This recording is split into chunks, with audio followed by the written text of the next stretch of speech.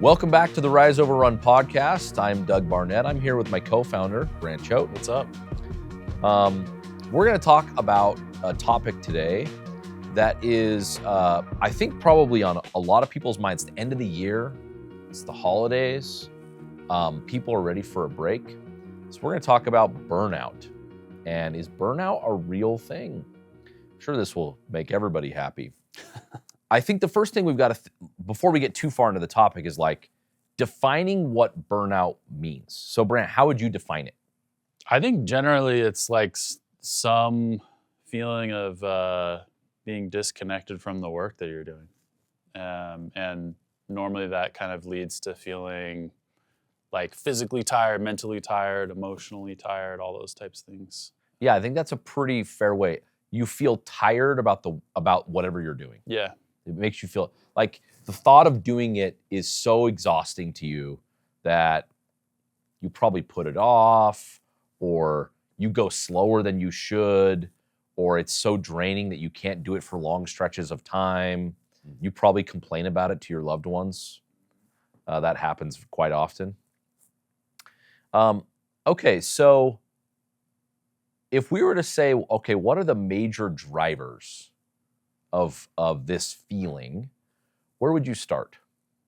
I think being like disconnected from the work you're doing is like the root of it. And then there's all kinds of reasons as to why that happens. I think you could say, there's a group of people in the United States that probably work jobs that are just inherently terrible to work. And maybe more difficult to connect to. Like if you have to do something like hyper repetitive day after day. I used to work in a warehouse where I would take a poster and stick it into a plastic sleeve and then roll it up.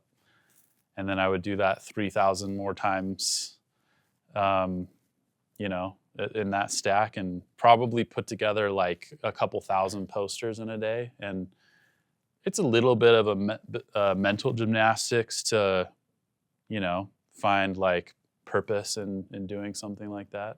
Not impossible, but it's hard. Some of this is people's like expectations about what work should give them, that sometimes gets out of whack. But yeah, something along the lines of just like not being able to kind of like craft the right story in your mind, I think leads to the burnout. My wife and I watched this movie. She absolutely despised the movie, by the way. I enjoyed it. It was a Japanese film, subtitles, and the whole movie just chronicles a guy that cleans Japanese public toilets. That's all he does. And he like wakes up every day and does the same thing. He gets coffee out of the same machine just outside of his apartment.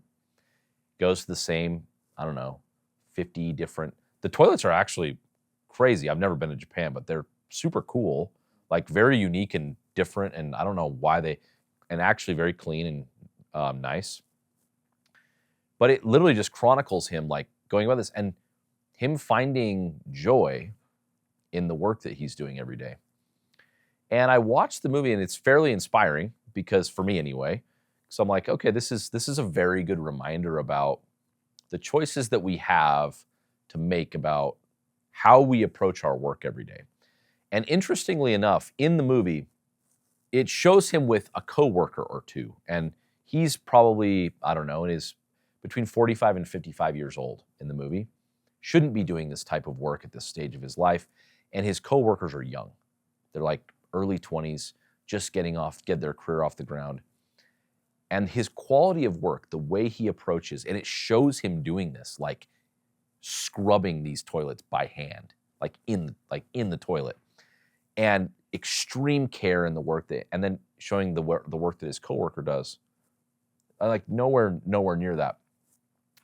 I think there's a lesson in there for any type of work that you're doing, the way that you approach the job, that there's a very, very distinct difference between being a craftsperson and being a practitioner.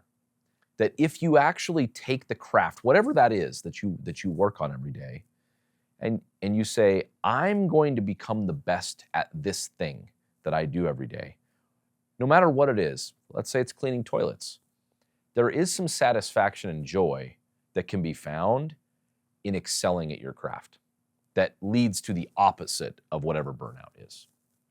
One of the hardest things to get over in doing something like that is basically the fact that like someone else or maybe like not very many other people will actually care.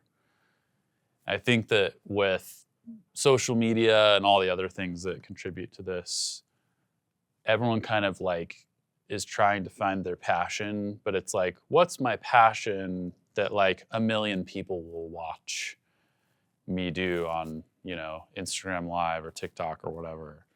And those two things like need to overlap.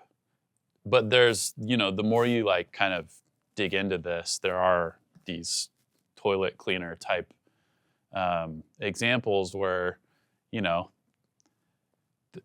maybe it gets made into a movie by some off chance, but for the most part, those people are just like not really gonna get like any recognition from it. But if you go like actually talk to those people, they don't care, and they've kind of found a way to like, you know, become comfortable with being a practitioner over being famous. So let's take this passion thing, which is usually connected to sometimes talent, where it's like maybe you have a natural proclivity to be good at something, and interested in it. And well, one example that I could give you that I don't necessarily have talent for, I would love to play the guitar. Seems like a great idea. I love listening to people play the guitar. Love it. It's like one of my favorite things to do with music. And I would love to be good at it. Building the skill, like the skill that it takes to get to that point, is a very different muscle than having the passion for something. And as another example, I'm 5'10". I love the game of basketball. It's like my favorite sport in the world. And I loved playing the game of basketball. And I stopped being able to play the game of basketball competitively in 9th grade. That's when the athleticism and height advantages of Doug Barnett ran out. And what probably became true at that point is my skill level with the other disadvantages that I have. Because there are other people who are 5'10" that have made it to the NBA. But their ability to power through and build the skill that it takes to quote unquote not burn out or not get to the point where the end of the road hit, it takes a different level of passion to work on your craft and build the skill that it takes to do that. Yeah, and some of them, I mean,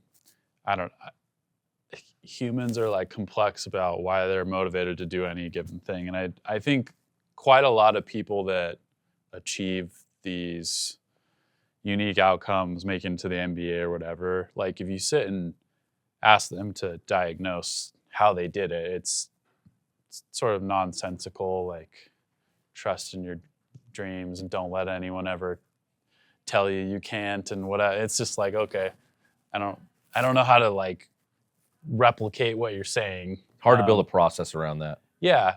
I think at the core of it though, if you have a desire to like sort of develop a skill in a thing, it's about becoming the type of person that does that thing. And it's, you know, it's like, okay, well, how do I do that?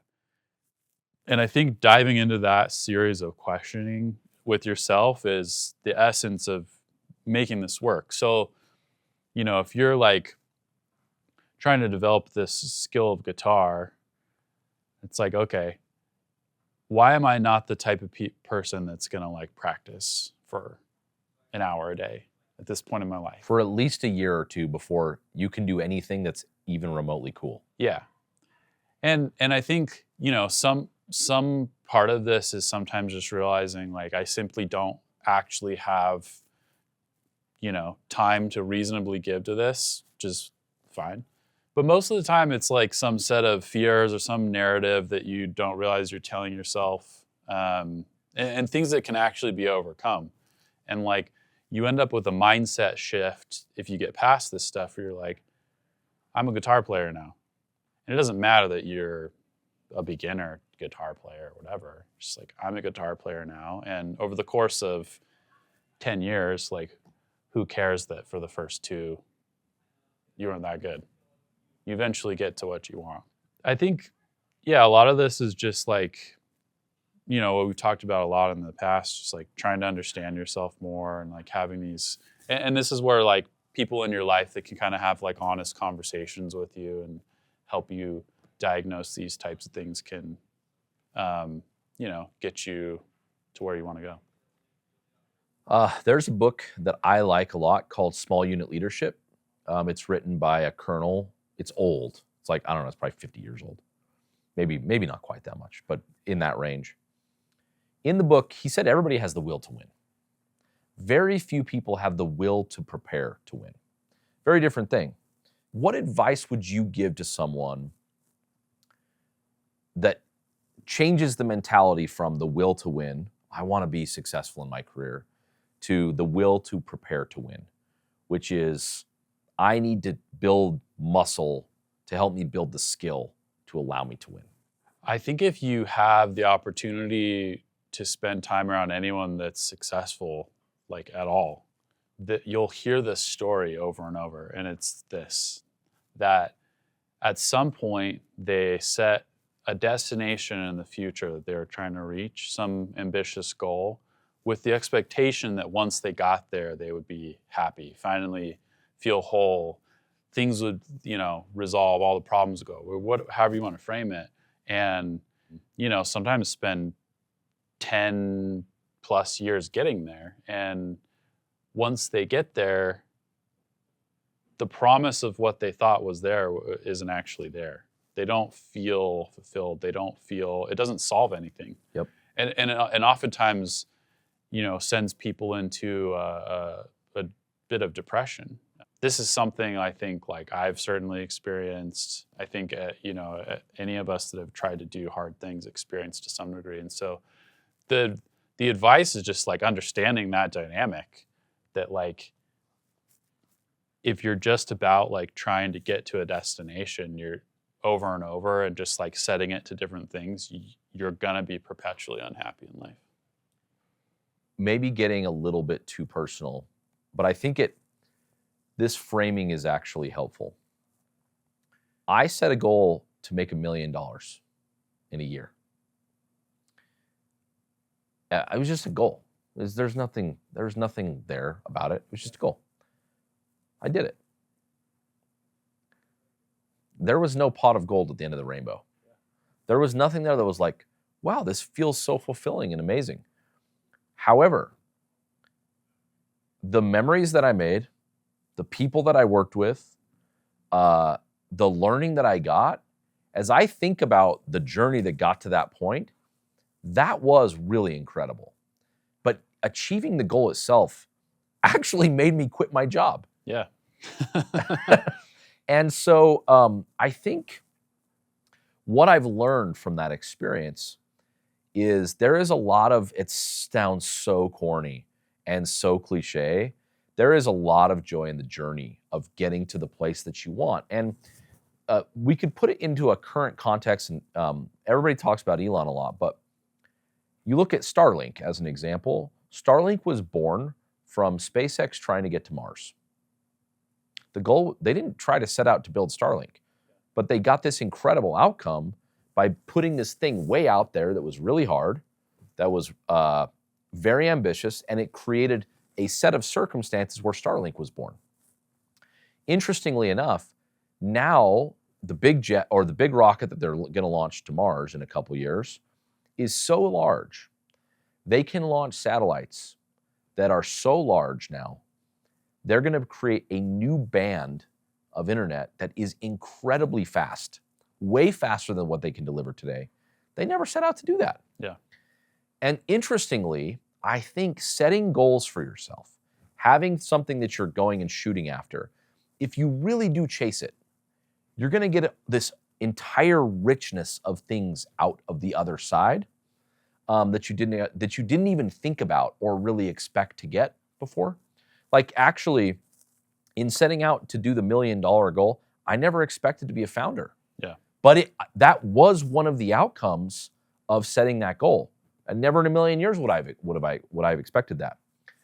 The reason that I'm bringing this up as a portion of burnout is I really believe that if you go and put your mind to something and you start to build skill against that goal, whatever that big goal is, and you can have the will to prepare to win, so the will to like get to that point, you are going to find real meaning in your work. And which is like the greatest gift that you could ever give yourself. Because you'll actually wake up on Monday mornings like very excited to go to work. And very few people get that opportunity. And that can't be given to you. You have to like take it for yourself. Yeah, I think more people than they realize actually have some instinct deep within inside themselves of, you know, how they would like to express themselves in some way, shape, or form. And this might be, you know, starting a company. This might be, you know, making a piece of art. It might be just, you know, something that they want to do in their day-to-day job. And there's normally a layer of fear that insulates them from actually taking action against it. And so there's kind of this like, you know, for most people, and this happens like as people get further in their career more than you'd think, you have these people that are 15 years experience and start to feel deeply unhappy. And they're like, I don't really understand why. And it's like, well, you're just doing the same thing that you were doing for the last 10 years. Like, what do you really want to do? Like, oh, well, I want to start my own company, or I want to, you know, become a director or whatever. Well, why aren't you doing it? Well, I'm afraid, or there's too much risk, or whatever. And these things are all like tied together in that like there are sometimes or oftentimes legitimate reasons to be afraid because it's like hard, and you might not have the skills to actually like go up a notch. And so this is where this like practice of showing up, putting in the work, repeatedly can actually like yield you the results you care about over time. But it's hard to, I don't know, it's like, it's definitely a hard thing to wrestle with yourself on this where, you know, like most people aren't going to go through the effort of doing this. They just won't. And most people will be like some level of unhappy for it. Which sucks. Yeah. It's too bad. Because it's having meaningful work is the greatest gift you can give to yourself. Whatever your job is, finding meaning in that thing is among the greatest drivers of joy. So to this, there's a couple things that I want to touch on here quickly. Would you say that attitude is a skill? Yes. How can you develop that skill? I'm not like a huge Tony Robbins fan, but there's like one thing that I think always sticks out to me when I think about this that he's said over and over. And it's like in life, you can really only control 3 things in every situation. And it's basically, you can control what you pay attention to, you can control what it means to you, and then you can control what you do about it. And, you know, I think a lot of times we focus on just like one of those at a time and leave the other 2 out. But if you think about those 3 things in combination, it's related to like how your attitude shows up. Like if you spend all of your time on Twitter and everyone you follow is just complaining about, you know, being an American or whatever people complain about on Twitter these days, like the answer to that is everything. Yeah. Yeah. Yeah. You're going to start to see the world in a certain way. You're going to decide what that means to you is that like you're a terrible person for being born in this country. And then what you do about it is just get on there and complain with the rest of them. And I think objectively it just leads to a terrible life and a depressing life, and a way of seeing the world that I don't know. I can't really think of many good examples of it being like a net positive for the world, let alone that person. So if you like, flip that paradigm and you kind of have an attitude of like communicating more of what you want to see in the world, and focusing on the positive in that sense, like it is a practice that over time changes your attitude, because that whole cascade of things of choosing what to focus on and what it means to you and what you're going to do about it, in essence, becomes like who you are over time. Those decisions add up. Well, and I think they compound. Yeah.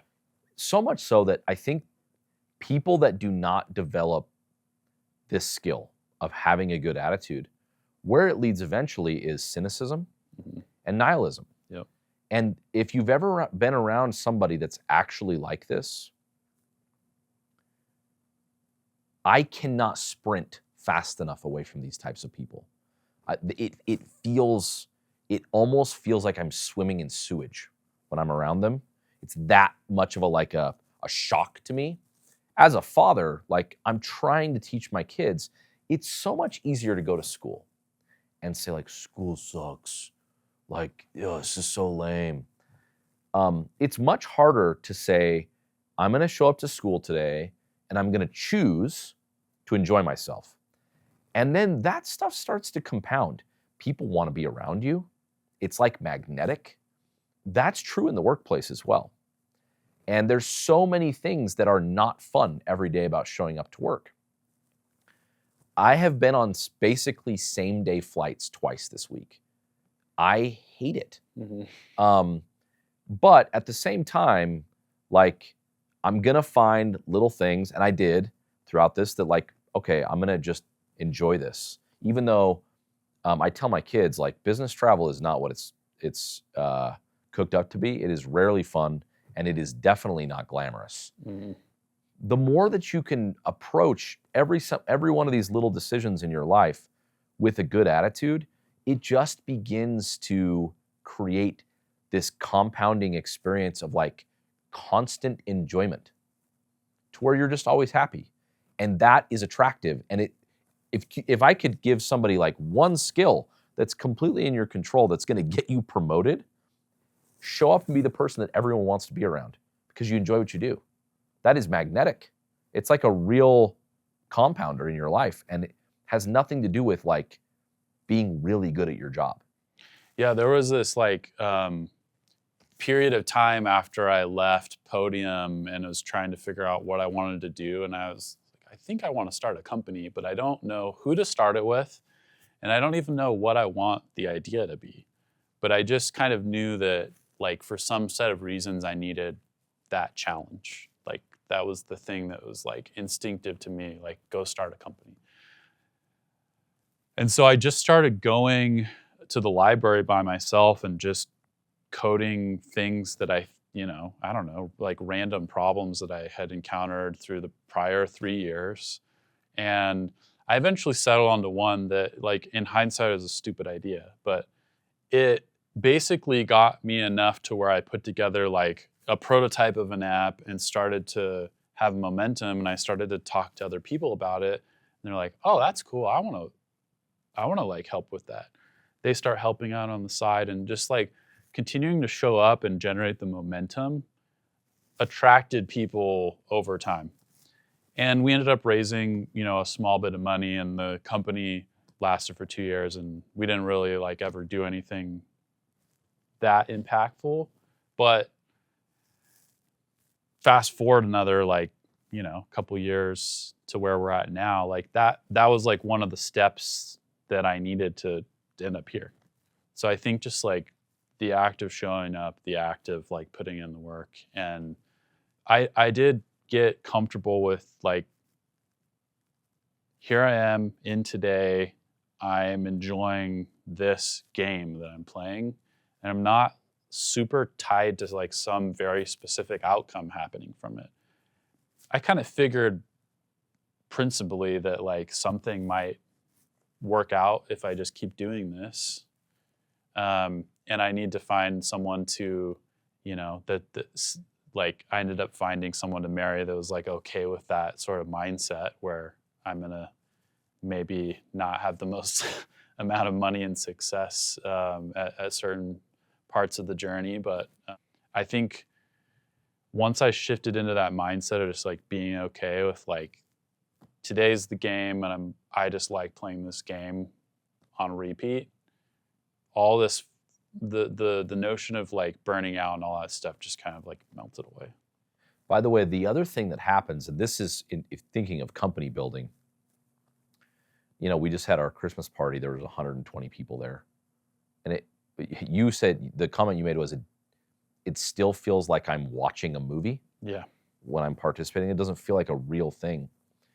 What ends up happening is as you become this person more and more, because nothing is a finished product, but as you become more the type of person that loves the actual craft, the craft of building, the craft of becoming, the craft of showing up every day and enjoying your work, not worried so much about outcomes, but worried about the actual process of doing it, you attract other people that are like that.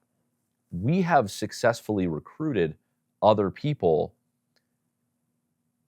that when you think about working on a roofing project, you would have never in a million years expected to recruit the type of people that we've recruited to come work on this. 2 of them being the people that are producing this podcast right now. It would make no sense that you're going to go build a marketing team that's focused around this roofing idea that we have. But more than anything, I think what attracts people that are like this is they just want to work on great work. And so downstream of developing this attitude as a skill that I don't really care about the outcome, I care more about the craft and building, is the problem that you're working on becomes less and less and less important. What becomes more important is who you're doing it with and the care in which you're doing it with. And what on the other side of that usually leads to very good outcomes because they are the type of people that refuse to do poor work. And once again, this is a compounder. And the other one, so we said attitude is a skill. Great taste is a skill that you can develop over time. And with experience, we've talked about this in other things like, how can you know whether a company is great? It's a skill that you can learn, that you can begin to identify and see. How do I know that this person that I'm recruiting, like you have taste for hiring as an example. You can also have taste for work, great taste for work, like the way a product looks, the way that it functions. You can have great taste for the way a team operates. Funny enough, I think we may have mentioned this, like one of the people on my team joined and he's like, I've never been a part of a team that works like this, that feels like this before, where the people trust each other and they don't hate each other. Some of the compounders that you get on the other side of building taste, attitude, finding joy in your work, thinking about burnout as an unacceptable outcome, not because the work that you're doing is so incredible. It's like, no, but I find joy in whatever I'm doing today, is you attract other people like that, and then you get to work with them every day. And then you get to the point where the thought of not doing that is so excruciating, you're just never putting up with it again. And then you get to this place that's like, you pinch yourself every day. Like, I can't believe I get to go to work, do work like this, with people like this. And I think people look at these kind of situations where they dream of, it is downstream, once again, of taking care of you. Yeah. And the way Dr. Covey in the 7 Habits win the private victory, and then you win the public victory. This is the private victory. If you are experiencing burnout in your job, your personal life, your family life, it is controllable. You really can control it. You can take control of these things, like the Tony Robbins thing you said earlier. It's just this incredible feeling of freedom that I wish I could give to every person. And one thing I want to touch on is like, I don't think what we're saying is that every day we're here, it's just filled with joy all day long. Yeah, it's not squirrels running around the park and balloons and flowers. It's not what it is. And it's not that like everything we spend our time on, we actually enjoy doing inherently. Like, I think both of us could say we feel the same way about reading through 35-page legal documents. Oh, yes. It's terrible. Yes, it's terrible. But there's some element of, you know, when that like instinct I have starts to swirl around in my head of like blow my brains out, that also says this is part of like doing the work and showing up, that I need to just kind of like, you know, buckle down and do this, because if I don't, our company might die. We might miss something that is, you know, important enough that puts us at risk. And so, and Elon talks about this as like doing the chores. There's always an element of that, you know, the tasks are not actually interesting in and of themselves. But the package of, you know, an average day here as a whole, you know, it is something that I think both of us have kind of shaped in a way where it's a reflection of how we want to spend our time and how, like, the things that perpetually motivate us. So is burnout real? Yeah, I think burnout's real. Is burnout completely controllable? Like 100% controllable? Yes. Because one of the things that you get to really decide every day is how you're going to approach your attitude.